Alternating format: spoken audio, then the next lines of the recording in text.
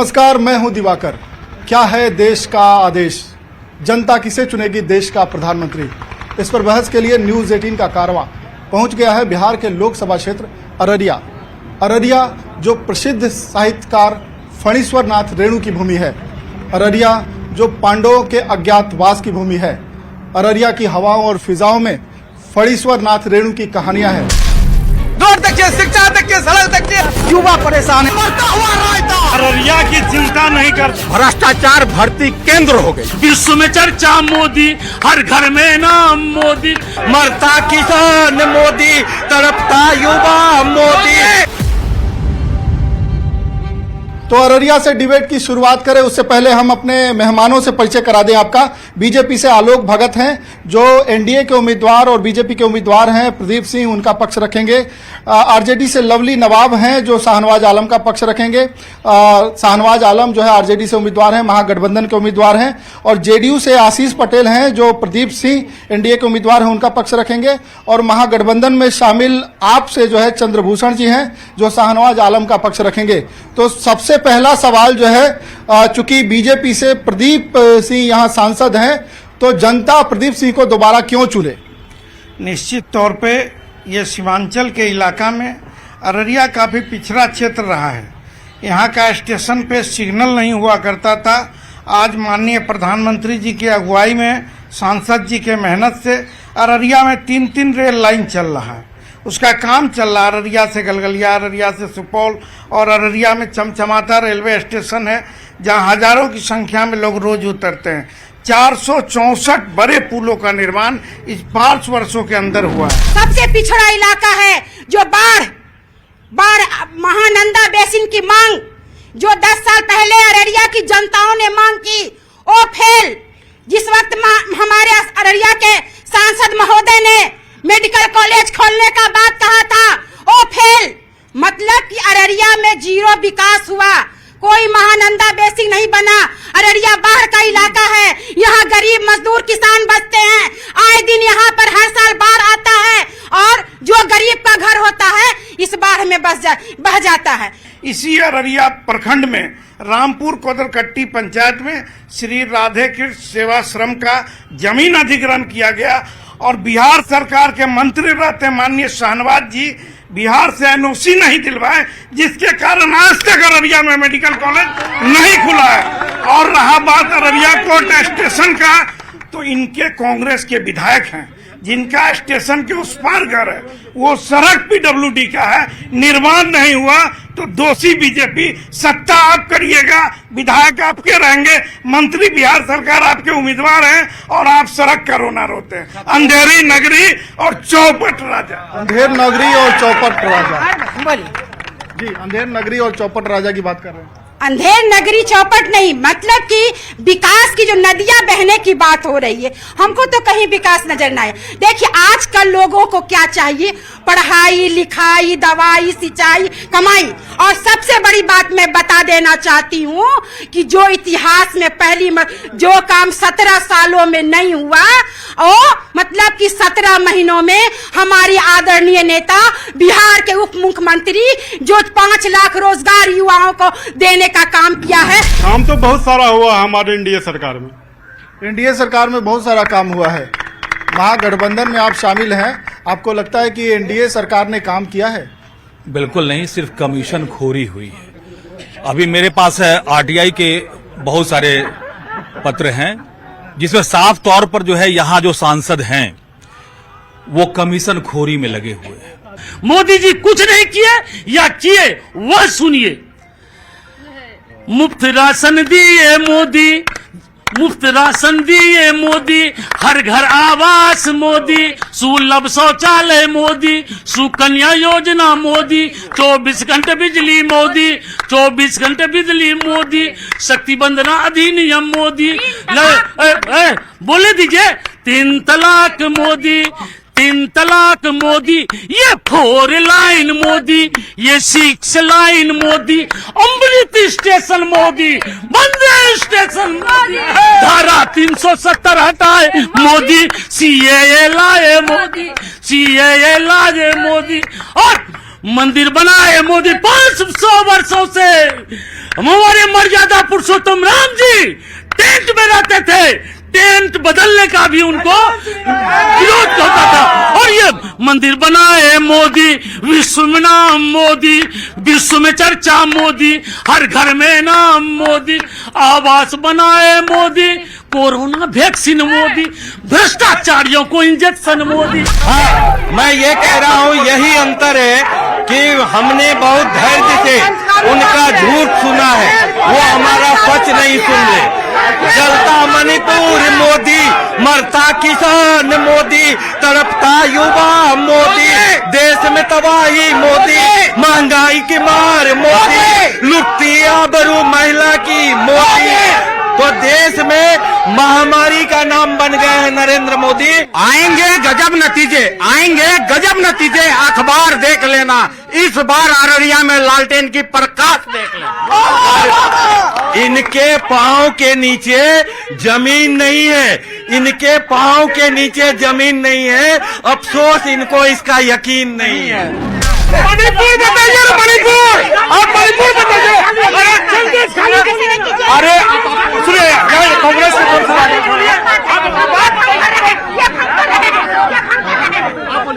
सबसे ये जो लोग अररिया की चिंता नहीं करते हैं, जब 2018 में इनके सांसद हुए थे यहाँ आरजेडी से, यहाँ सांसद थे सरफराज आलम, राजधानी ट्रेन में वो क्या कुकर्म किए थे, इसका जवाब ही लोग देना। और मैं पूछना चाहती हूँ, बेटी बचाओ बेटी पढ़ाओ का नारा देते हैं, तो मैं पूछना चाहती हूँ कि बेटी बचाओ बेटी पढ़ाओ का नारा तो जिस वक्त में मणिपुर में इतिहास में पहली मर्तबा मणिपुर में हमारी महिला बहनों को निवस्त्र करके उनको परेड कराया गया। मैं पूछना चाहती हूँ मंत्री से, मैं स्मृति ईरानी बाल विकास मंत्री थी। जवाब ले लेते हैं, आप बताइए। 70 साल इस देश को राज करने वाले लोग महिला आरक्षण पे कोई फैसला नहीं लिए। ये सम्मानीय प्रधानमंत्री नरेंद्र मोदी का देन है कि आज महिला को आरक्षण मिला है, पिछड़ा को आरक्षण मिला है, अति पिछड़ा को आरक्षण मिला है, और ये स्वर्ण जाति को आरक्षण दिया है। ये वही लोग हैं जिनका सांसद 1 साल में बनता है और राजधानी ट्रेन में बलात्कार का काम करता है। मैं पूछना चाहती हूँ कि वो देश की हमारी बेटी थी, वो हमारी बेटी थी, देश की गोल्ड मेडल जीत कर लाई थी। आज उनके मंत्री ने हमारी बहनों बेटी को उसके अंग को छुआ। उस वक्त मान सम्मान की बात करते हैं, महिलाओं की मान सम्मान की बात करते हैं। अब 400 की बात करते हैं, आप भाजपा 400 की बात करते हैं, हम कहते हैं अब की बार भाजपा कई पार। सुनिए, सबसे पहले मैं कांग्रेस की तरफ से बताना चाहता हूँ जी, 10 साल हमारे माननीय सांसद महोदय जी हैं, वो अपना 10 साल के अंदर में वो हिसाब दे जनता को। सबसे पहले 1 किलोमीटर की दूरी पे स्टेशन रोड है, और स्टेशन रोड के नहीं बोलने दीजिए भाई हमको, स्टेशन रोड के अंदर में जब 1 किलो आप सड़क नहीं बना सकते तो पूरा जिला को क्या विकास दे सकते हैं आप। और दूसरा क्वेश्चन, जिस आम आदमी पार्टी के मुख्यमंत्री जेल में, उप मुख्यमंत्री जेल में, शिक्षा मंत्री जेल में, कानून मंत्री जेल में, और जेल मंत्री भी जेल में हो, वो कट्टर ईमानदारी की बात बोलते हैं। ये सदैव सभा नहीं रहता, जेल मंत्री को जेल से छुड़ाओ। भाई साहब, आप लोग के पास आ रहे हैं, कतबे करवे बाप बाप जितोत मुदा कमले छाप। एक बात अभी बहन जी ने बताई कि नारी का बहुत अपमान होता है, जरा उनसे पूछिए, लालू यादव की बड़ी पुत्र वधू अभी दर बदर भटक रही है, उनका आंसू कौन पोछेगा? उतना दूर जाने का जरूरत नहीं है।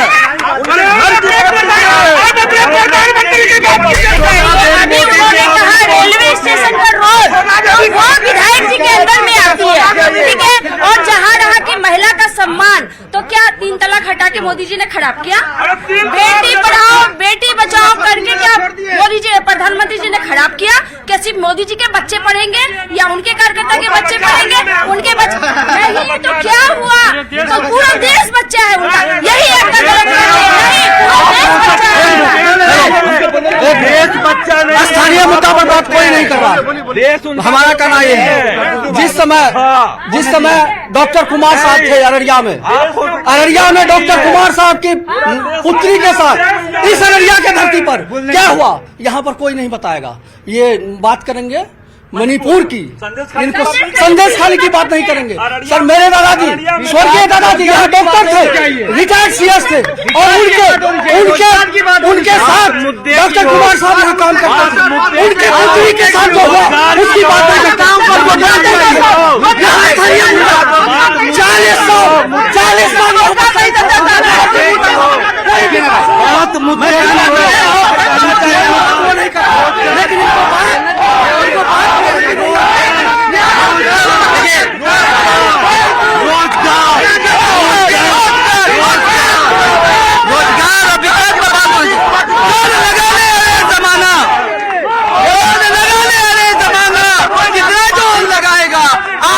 समय में राष्ट्रीय जनता दल का झंडा लहराएगा। आने वाले समय में आरजेडी का ही झंडा लहराएगा। ये दोनों दल, यहाँ आरजेडी के नेता हैं, कांग्रेस के नेता हैं, इनके आधे का आधा लोग आज हमारे कैंडिडेट के नामांकन में उपलब्ध है इस जिला के नेता। तो रिजल्ट बताएगा कि क्या होगा इनका। अररिया जीतने जा रहे हैं हम लोग। राष्ट्रीय जनता दल जिंदाबाद जिंदाबाद जिंदाबाद। अब जीतने जा रही है आरजेडी। जी नहीं, अब इस बार हमारे माननीय सांसद प्रदीप सिंह तीसरी बार जीतने जा रहे हैं। 2 बार सांसद रह चुके हैं और इस बार अररिया से 3 लाख मतों से जीतेंगे वो प्रदीप सिंह जीतेंगे इस बार भारी अंतर से। देखिए खाली पुलाव बनाने में क्या दिक्कत है, ये गरीबी ख्याल अच्छा है। और जो है गाँव घर में गली गली में चमचमाती वो दिखाई नहीं पड़ रहा है। और पिछला रिकॉर्ड जो है राजद गठबंधन को 0 आता, 40 में एक भी सीट नहीं आता। 39 सीट लिए थे एक कांग्रेस को, लेकिन राजद को 0 आया था। इस बार जो है ना बिहार में आरजेडी की खाता नहीं खुलेगी। जिस आरजेडी वाले ने बोला कि महिला की सम्मान, तो मैं इतिहास गवाह है कि बिहार के जो महिला को जो सम्मान बिहार में मिला है पूरे भारत में नहीं मिला। नीतीश जी ने 50% आरक्षण महिला को पंचायत चुनाव में दिया है, 33% नौकरी में दिया है। बोलता है तेजस्वी 17 साल में नौकरी दिया, 17 महीना में। सरकार किसकी थी, मुख्यमंत्री कौन था? मुख्यमंत्री नीतीश कुमार था। तो क्या उप मुख्यमंत्री नौकरी देता है क्या? नीतीश कुमार नौकरी दिया है। तेजस्वी को क्या रोका दे? जंगल राज को वो याद करे कि 2005 से पहले बिहार के लोग घर से बाहर नहीं निकलते। मोदी की लहर है, 400 पार होगा और अररिया 4 पार। देखिए ये लोग नारा दे रहे हैं 400 के पार, और इनके मुख्यमंत्री नीतीश जी कहते 4000 पार। तो ये क्लियर करे कि 400 या 4000। और विकास और मुद्दे की बात होनी चाहिए। आप विकास की बात करते हैं, आपने जो वादा किया था कि हम 2 लाख नौकरी 15 लाख रुपए आपके खाता में भेजने का काम करेंगे, तो आप उस मुद्दे पर बात कीजिए। तो मैं कहना चाहता हूँ कि जोर लगा ले अरे विरोधी, जोर लगा ले अरे विरोधी। कितना जोर लगाएगा? आने वाले समय में राष्ट्रीय जनता दल का झंडा पहले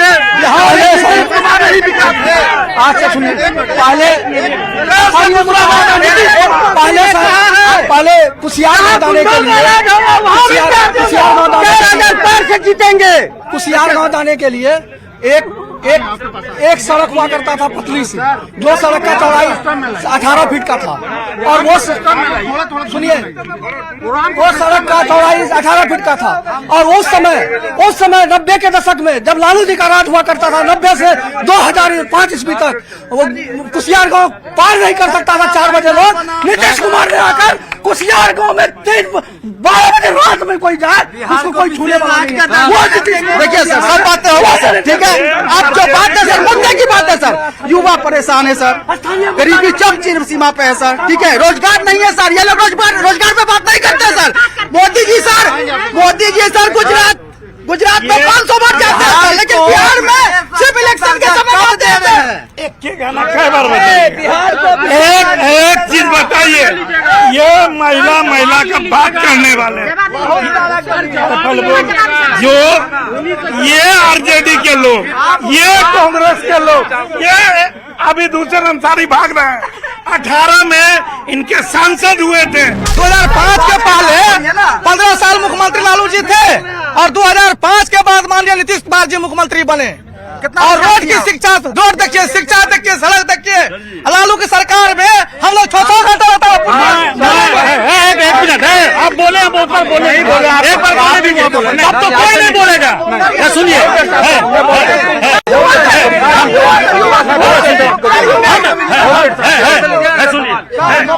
सर हेलो, आज के डेट में बीजेपी भ्रष्टाचार भर्ती केंद्र हो गई है। जितने भ्रष्टाचारी हैं वो सारे बीजेपी में हैं, शामिल हो रहे हैं और दूध के दूल्हे हो रहे हैं। पहली बात। दूसरी बात, आज 400 पार के नारा देने वाले 400 केजी पुलवामा का पता नहीं पा रहे हैं। हम ये कहना चाहते हैं, हॉस्पिटल में 3 तरह की डिब्बा होती थी। कुत्ता काटने का वही दवाई निकलता था, बुखार का वही निकलता था, जॉन्डिस का वही निकलता था।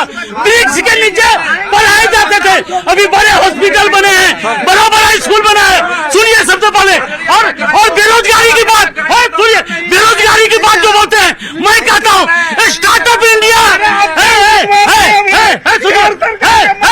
सुनिए स्टार्टअप इंडिया, सेल्फ ग्रुप, पहले ही बात बोलते हैं, बेरोजगारी नहीं है। ड्रोन दीदी, लखपति दीदी, सारी योजनाएं प्रधानमंत्री जी का है। पूरा देश भाजपा प्रवक्ता ने अभी यहाँ पे पाकिस्तान की बात की। मैं याद भी दिला देना चाहता हूँ कि देश में पहली महिला प्रधानमंत्री थी जो पाकिस्तान के 2 टुकड़े कर दिए। और यही अररिया है जहाँ पाकिस्तान जिंदाबाद, भारत तेरे टुकड़े होंगे के नारे लगाएंगे। 20 साल पहले यही बिहार एक मरता हुआ राज्य था। आज हमारे माननीय मुख्यमंत्री नीतीश कुमार के नेतृत्व में आज वो विकास जा रहा है जो विकास छलक रहा है। आज इंजीनियरिंग कॉलेज, आज विद्यालय, शिक्षा व्यवस्था। मैं अपनी दीदी से एक बात पूछना चाहूंगा, क्या हमारे मोदी सरकार ने जो 3 तलाक पर जो निर्णय लिए हैं, क्या वो उनको पसंद है या नहीं? वो अपने दिल से यह बात कह दे। युवाओं का विश्वास जीता है उसने, युवाओं को रोजगार देने का काम किया है। 46 करोड़ से अधिक लोगों को उन्होंने 400 पार होगी, ये सही है। देखिए, ये सरकार काम करने वाली सरकार है, इसलिए हम उतना पे नहीं जाना चाहते हैं। यह गरीबों का सरकार है। अगर कोई चिंता किया स्वास्थ्य का तो वह प्रधानमंत्री चिंता किया है, कोई गरीब का कल्याण का योजना किया तो वो प्रधानमंत्री किया है। इस गर्मा गर्म बहस को यही देते हैं विराम और अररिया से इतना ही।